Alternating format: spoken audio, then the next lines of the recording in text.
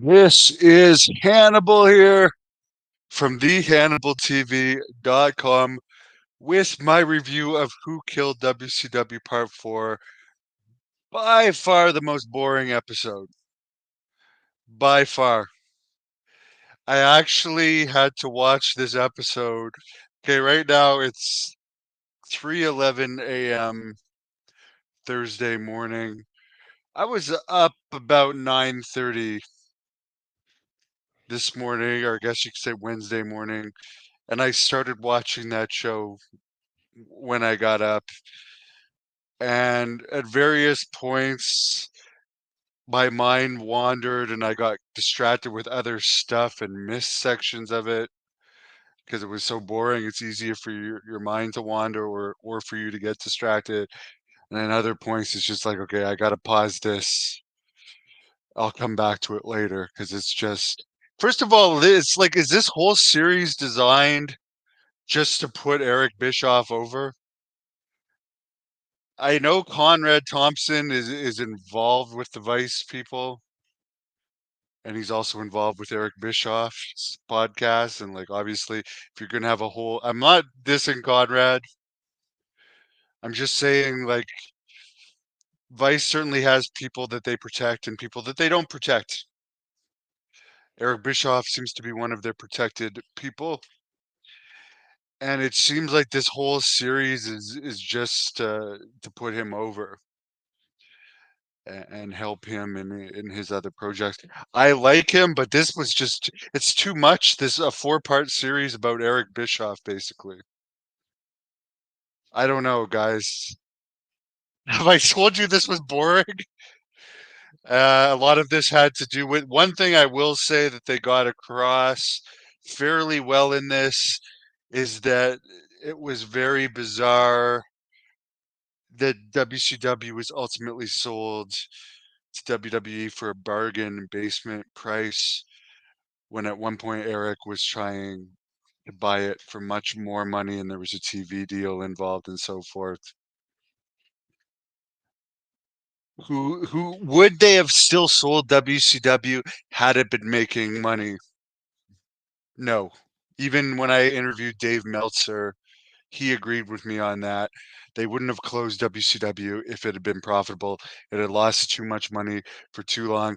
Maybe the executives who come off as complete dicks in this for the most part, other than Ted Turner's son.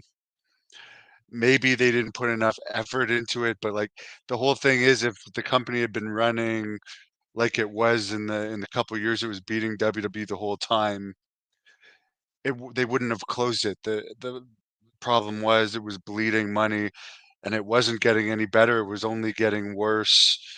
And one thing, other thing they got across in this, which I agree with, is like they weren't working as a team. They weren't working as a troupe. There was too many egos. I mean, honestly, Kevin Nash, as much as I love him, he was one of those egos, beating Goldberg and the whole finger poke of doom crap. And no, it was not time for Goldberg to be beaten. And I love Kevin Nash.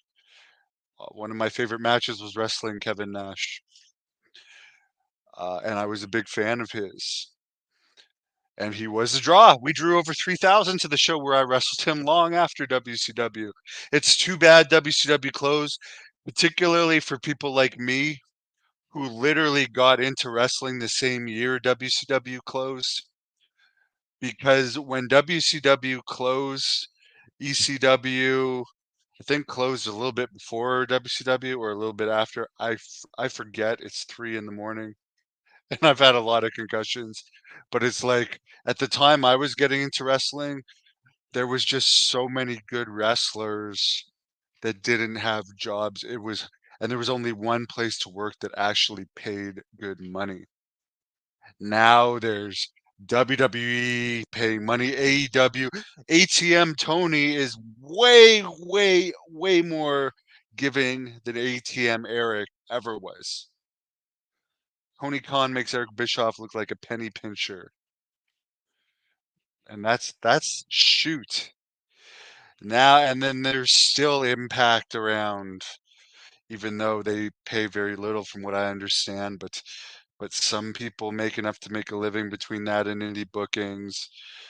NWA, some people between that and indie bookings are doing all right, even though it's not that relevant. There's New Japan, MLW, which again, I mean, it's not that much money, but there's just a lot of options for wrestling these days. Not that Japan is flourishing now, as I was talking in my interview with Rene Dupree earlier today.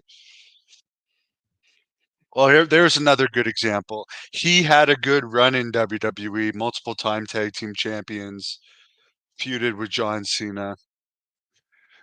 Had a really good run, had a good physique. He's about 6'2" ish, bodybuilder physique. When his WWE run ended, there was nowhere else to go. Really wasn't for him, other than the indies.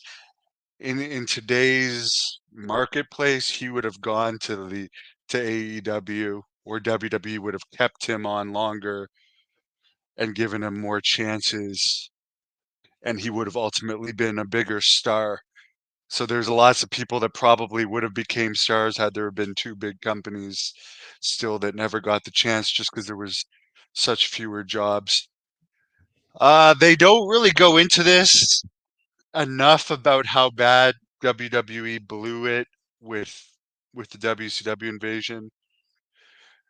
They talk about it some, but it was really bad how badly they blew the invasion. It did pop interest in WWE for a while in the few years after WCW was bought, but then the wrestling business really started to decline for a while. But anyways, I'm glad this series is over. The one thing I'll say, I was able to watch it. It was tough to watch this one. It's like this subject, it could have been done in a lot fewer episodes and it could have been less biased, I think. But I made it through. I don't think I could sit through a 3 hour Raw, but I would put it up there with the Dark Side of the Ring North Korea, which I didn't like. Not as bad as the Dark Side of the Ring about the guy that ultimately became a gay porn star and was a drug addict. That was the worst Dark Side of the Ring ever. But I would put this up as one of the worst episodes Vice has put out about wrestling as far as entertainment value. And yeah, I mean, if WCW had worked more than a team and had stronger leadership and more go-getters, I think it could have been around longer and profitable longer. But as The Rock said when it closed down, it had had its run. It had had its run, and it was time to close up. But there was I really did not like personally. I was a WCW fan. I did not like the last few years of WCW. It actually depresses me from the Jeff Jarrett title reign to the David Arquette crap, to the Vince Russo crap, which was crap, to the Kevin Sullivan later booking years crap of letting Chris Benoit win his championship. It just makes me sick how bad that company was ruined. Because people can say all they want about those 91 years, 90, 92, 93. As a kid, I liked it. I liked it when Hogan came. I liked the Dungeon of Doom stuff because I was a kid.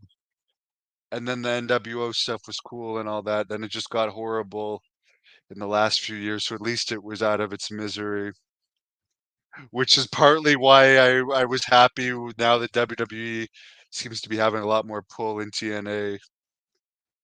And because that product was getting so bad, it needs to be put out of its misery too, with like the Tessa Blanchards becoming men's champions, etc. It reminded me a lot under the D'Amore administration of how bad WCW got towards the end. Anyways, tell me what you thought about the series in the comments. Always nice seeing The Rock, but he's got each episode. I think actually the Vince Russo episode which was episode number 3, did a better rating than episode number 2, so Vince Russo did pop a rating. I'll be surprised if this one gets much of a rating. Honestly, it was freaking boring. Hate to say this. Because a lot of it is about Eric Bischoff trying like talking about all this stuff that he was going to do but didn't do. So why the freak should we care? Because he never did it. Let's talk about all this stuff I've wanted to do in my life and didn't do. Anyone can talk about stuff that's never been done. It's just hypothetical. Anyways, Bischoff had control of it various times, like towards the end too, where he had input, and I didn't see it getting much better. And I'm not saying that he's not a smart guy and didn't have great accomplishments, or I wouldn't want him as an advisor if I ever had a well-funded company. Not that that would ever happen, but I am putting on a show this Saturday night in Napanee, Ontario. I hope to see many of you there, and we are going to be streaming it live here on the Hannibal TV.